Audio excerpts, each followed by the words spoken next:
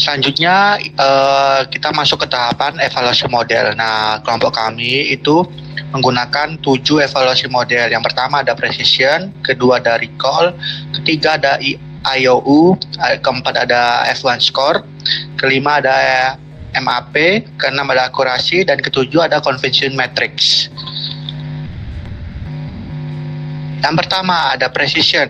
Nah, precision itu berfungsi untuk apa sih? Nah, precision itu berfungsi untuk mengevaluasi seberapa tepat model dalam mendeteksi objek yang benar tanpa menghasilkan terlalu banyak kesalahan positif atau false positif. Untuk rumus precision sendiri itu ada true positif atau TP dibagi true positif ditambah false positif, di mana true positif itu merupakan prediksi yang benar saat model mendeteksi.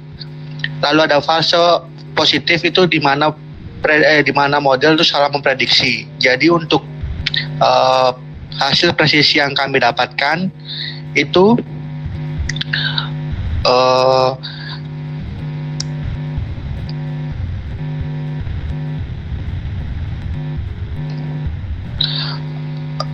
presisi yang didapatkan yaitu rata-rata mendapatkan 96,4% di kurva grafik, lalu di laporan klasifikasinya itu rata-rata mencapai 100%, atau bisa dikatakan bahwa model yang kami buat itu tepat dalam mendeteksi sebuah makanan.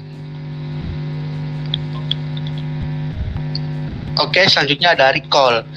Nah, recall berfungsi untuk menilai seberapa baik model dalam menangkap semua instance objek yang sebenarnya. Recall juga berfungsi untuk mendeteksi data atau objek yang hilang atau false negatif yang memiliki konsekuensi yang lebih serius dibandingkan dengan deteksi yang salah atau false positif.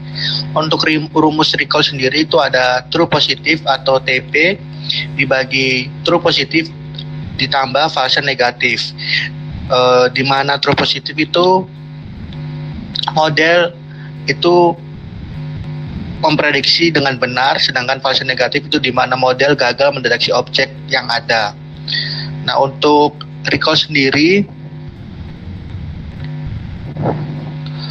didapatkan nilai sebesar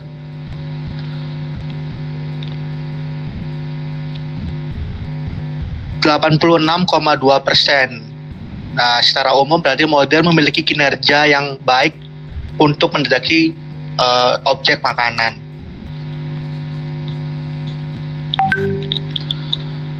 Oke, kita masuk ke selanjutnya yaitu IOU atau biasa disebut intersection over union yang berfungsi untuk menentukan seberapa baik kotak prediksi sesuai dengan kotak sebenarnya.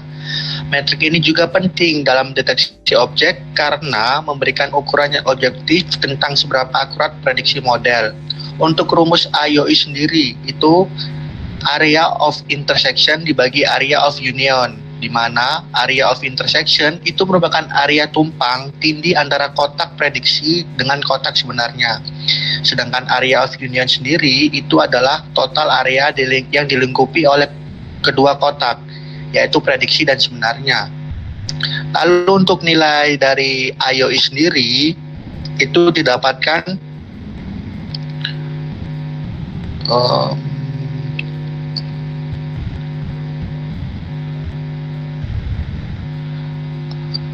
nilai sebesar 0,8 sampai 0,9.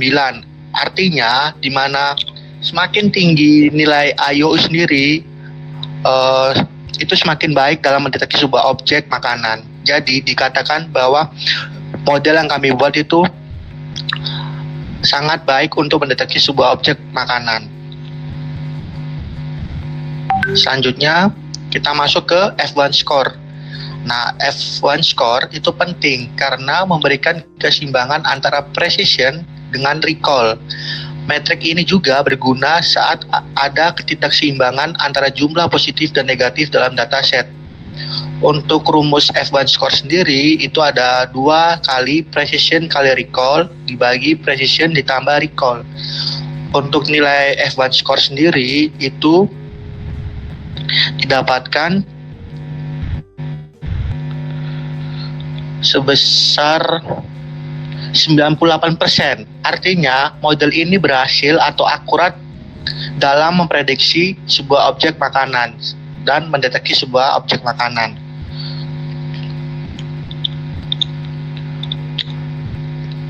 Lanjut ke evaluasi model selanjutnya, yaitu MAP atau Mean Average Precision.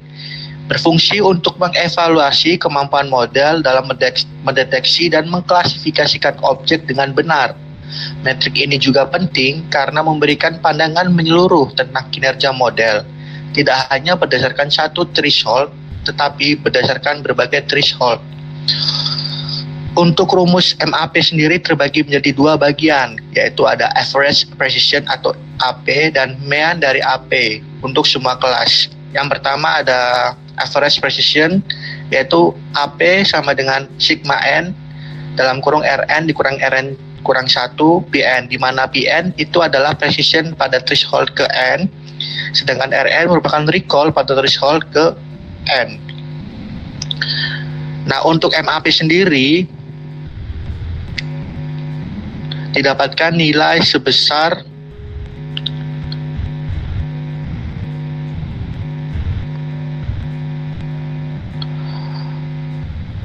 0,96 atau 96%, mendekati nilai rata-rata. Jadi, tingginya nilai MAP sendiri mencerminkan bahwa model ini dapat digunakan secara baik untuk mendeteksi sebuah objek makanan.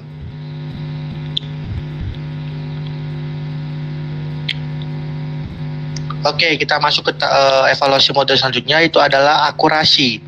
Akurasi digunakan untuk mengukur proporsi prediksi yang benar terhadap total prediksi yang dibuat oleh model. Untuk rumus akurasi sendiri itu ada true positif atau TP ditambah true negatif atau TN dibagi total prediction. Nah, untuk mendeteksi sebuah objek menggunakan rumus sebagai berikut. Akurasi sama dengan true positif dibagi TP ditambah FP ditambah FN. Untuk akurasi sendiri didapatkan nilai sebesar 97%. Jadi nilai 70% itu berarti model dikatakan baik dalam mendeteksi sebuah objek makanan dan bisa mendeteksi dengan tepat.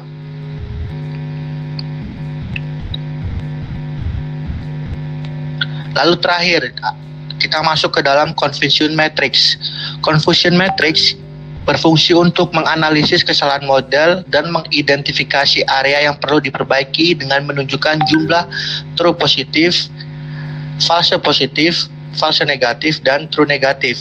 Untuk rumus confusion matrix sendiri ada 3. Yang pertama ada precision, recall, dan akurasi.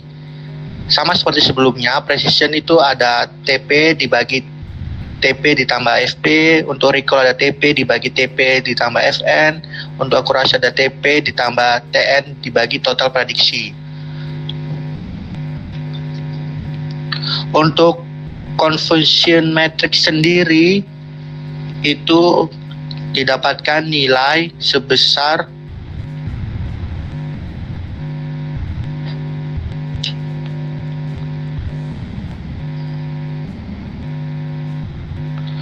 97,2% atau 97%. Berarti model ini sangat akurat dan tepat untuk mendeteksi sebuah objek makanan tersebut.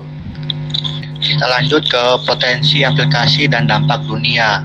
Yang pertama itu ada manajemen kesehatan individu, yaitu di mana aplikasi ini dapat digunakan untuk membantu individu ataupun seseorang dalam mengelola pola makan mereka dengan lebih efektif, serta pengguna dapat melacak asupan kalori yang mereka butuhkan. Kedua, dukungan diet. Memungkinkan individu atau seseorang yang sedang menjalani program diet untuk menghitung asupan kalori dengan lebih akurat dan tepat. Ini juga dapat membantu mereka dalam mencapai tujuan berat badan atau kesehatan tertentu. Lanjut ke masalah etik yang dapat terjadi pada aplikasi. Yang pertama, ketidakakuratan estimasi. Meskipun menampilkan teknologi yang mengetahui besar kalori makanan per 100 gram, sehingga dapat menimbulkan kekhawatiran terkait ketepatan informasi. Kedua, penggunaan yang tidak bermanfaat, yaitu memicu gangguan makan atau kecemasan terkait makanan pada individu yang rentan. Lanjut ke perbaikan yang dapat dilakukan di masa depan. Pertama, penyempurnaan teknologi pengenalan objek, yaitu mengembangkan teknologi pengenalan objek yang lebih canggih dan akurat untuk mengidentifikasi berbagai jenis makanan dengan lebih baik, dengan menambahkan data jenis makanan dan objek makanan lagi. Kedua, integrasi data gizi yang lebih komprehensif, yaitu menyediakan basis data gizi yang lebih luas dan akurat untuk menghitung estimasi kalori dan nilai gizi makanan dengan lebih baik dan lebih tepat. Untuk selanjutnya, saya akan menjelaskan mengenai alur dari aplikasi. Yang pertama, pengguna akan menginputkan gambar. Inputan gambar dapat dilakukan unggah gambar atau deteksi gambar real time memakai kamera ponsel. Untuk unggah gambar, sistem akan memberikan output berupa gambar dan estimasi kalori per 100 gram. Sementara untuk deteksi gambar real time, sistem akan memberikan output berupa gambar jenis makanannya saja.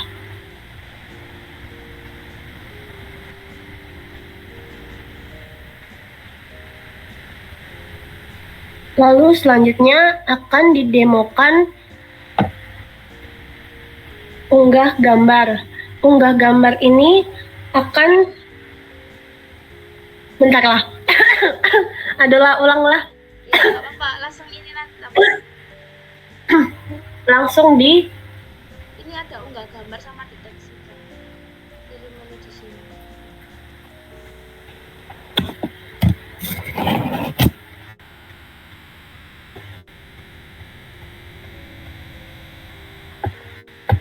Kemudian akan didemokan untuk unggah gambar deteksi makanan. Unggah gambar ini akan input gambar dari luar dataset dan input gambar dari dataset.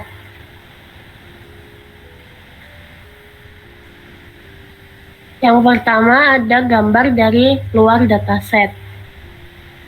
Setelah gambar diinputkan, kemudian sistem akan memberikan output berupa hasil deteksi makanan. Di sini gambar dari luar dataset terdeteksi oleh sistem, yaitu tempe dan tumis kangkung. Kemudian ada total dari hasil kalorinya.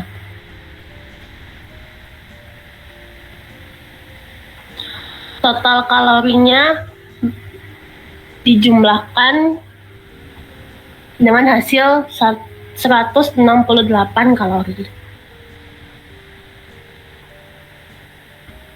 Lalu kemudian diinputkan gambar dari dalam data tes.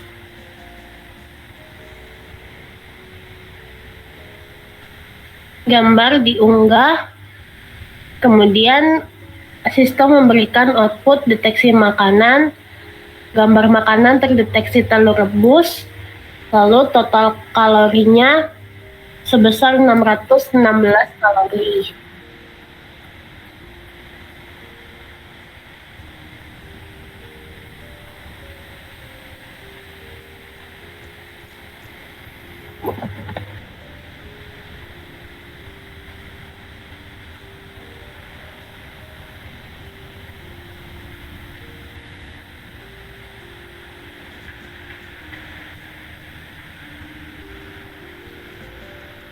Yang kedua, yaitu demo aplikasi dengan deteksi gambar real time. Untuk deteksi gambar secara real time ini, sistem hanya memberikan output berupa jenis gambar makanan yang terdeteksi tanpa ada total kalorinya.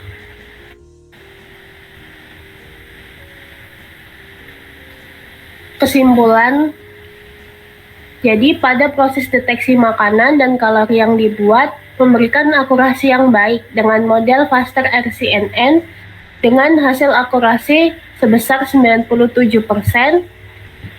F1 score sebesar 98%, MAP sebesar 96%.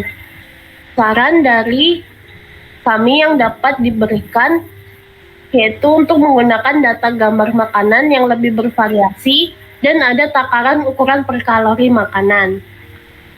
Sekian dari kelompok 3, kami mengucapkan terima kasih.